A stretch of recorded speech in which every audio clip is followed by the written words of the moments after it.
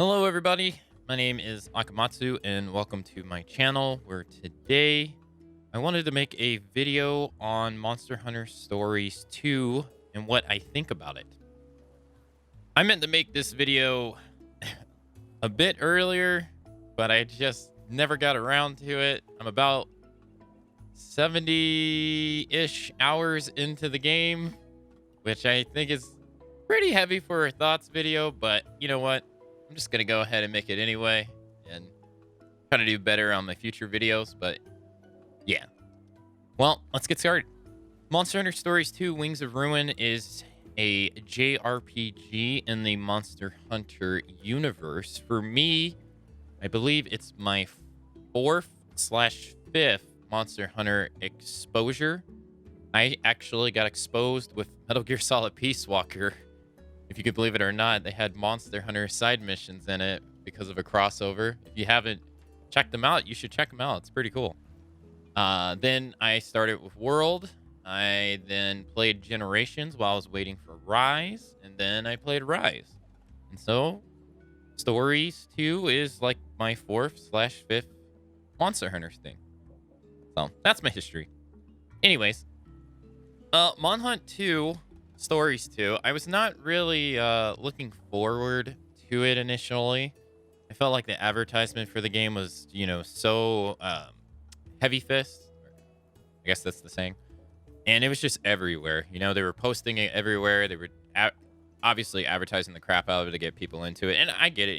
It's not mainstream Monster Hunter. It's not your traditional Monster Hunter. It's a hard idea to sell. So they're trying to push it in everyone's face to get people to play it and capture on the success that was Monster Hunter World, potentially get more fans to try it out. I get it, but I just was not into it at the time. I didn't think I would like it.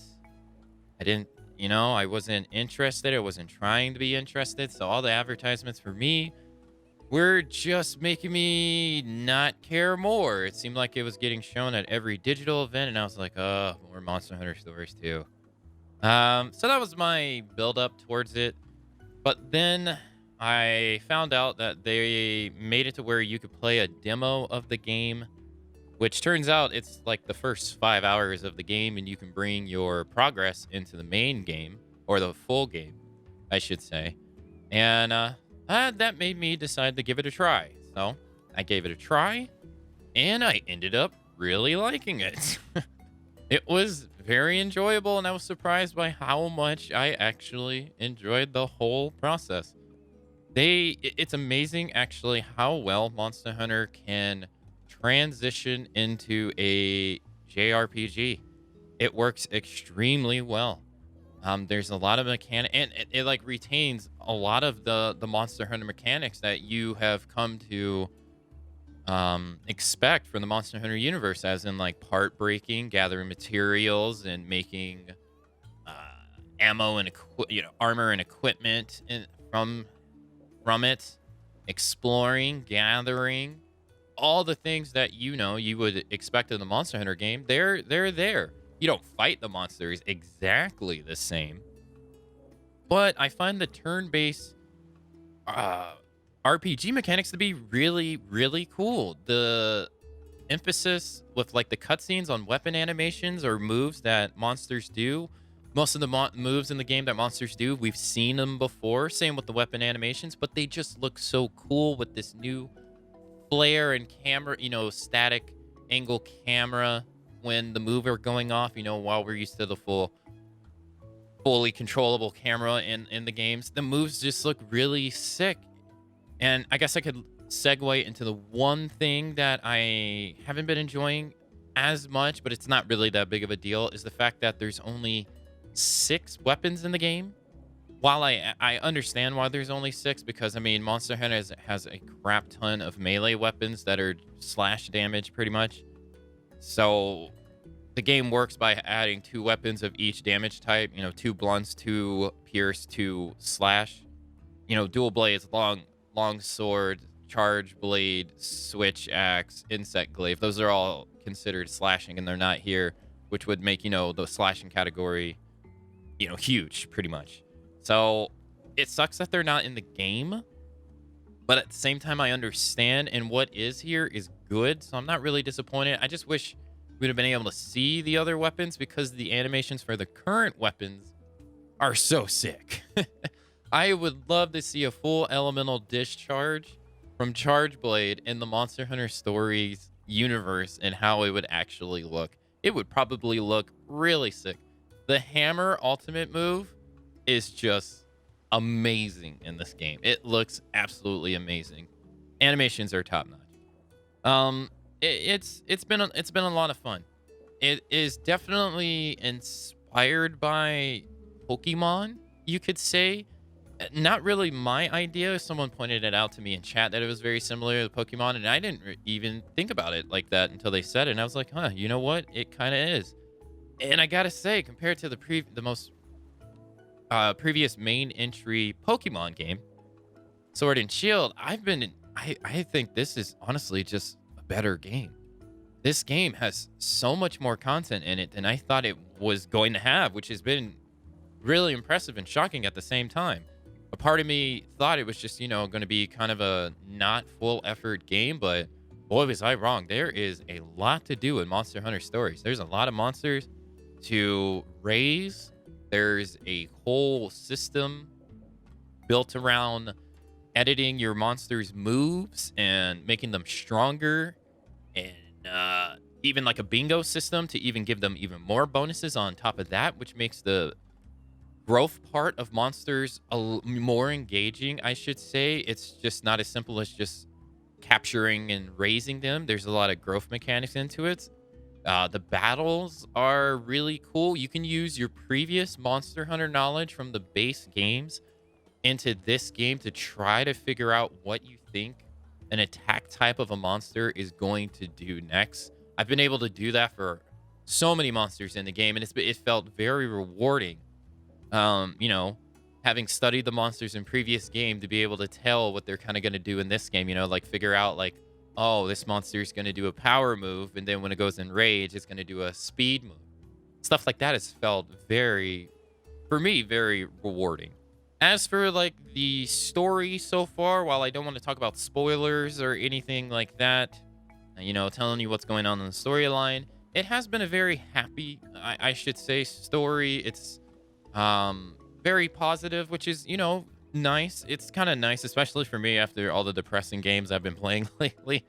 It's pretty upbeat and positive. It's a really cheery game. It definitely seems like it's meant for children, but that's okay. Doesn't mean adults can enjoy it too. I'm enjoying the heck out of it.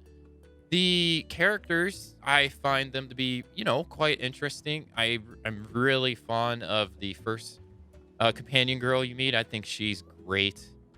But every companion thus far has been just, wonderful to get to know.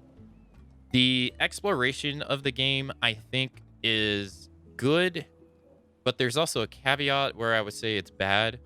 And I think this is actually would be my only second bad so far from my thoughts, is that a lot of the dungeons recycle the same environments. So you will see a lot of the same, rivers, walls, rocks you've walked over. I know rocks, but you'll see the same pathing, same corridors quite a bit. And it is a pretty underwhelming, I guess, especially if you come from like, say, like World, which was lush and lavish. But in terms, I guess, in size, this game would be a bit longer and therefore bigger than those other games. So they had to figure out a way. Disappointing, but I don't think it's game breaking. But it is a bad, and that's my second. Now, I've been playing on the Nintendo Switch, so I've been playing it docked and handheld, and I've been enjoying the game both ways. There's definite frame drops in noticeable places, which is unfortunate on the Switch, of course. I've heard, haven't played it myself, but I heard the PC version is pretty much flawless in terms of FPS. And the graphics look a tad bit better, but I don't think it's like a crazy difference. But I've been having a blast on the Switch, and honestly, I prefer it on the Switch. Being able to play it in handheld mode has been nice to just relax and play it on my couch and whatever.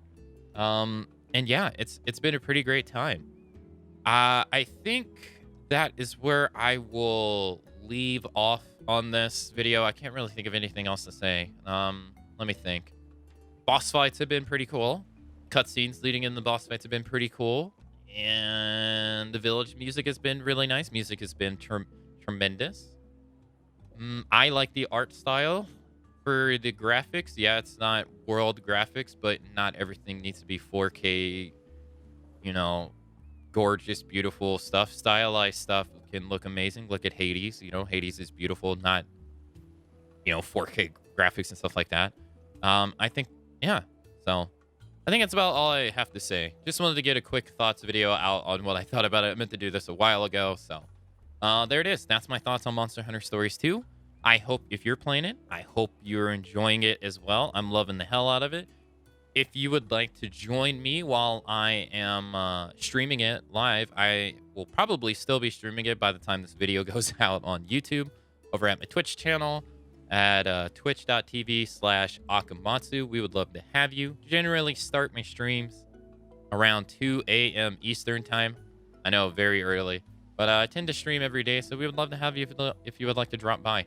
Also, if you enjoy what I do here on YouTube, whether it's mainly my VODs that I upload from my stream, but I'm trying to do more original content and stuff. But if you enjoy what I do here, whether it's on YouTube or Twitch, feel free to check out my Patreon.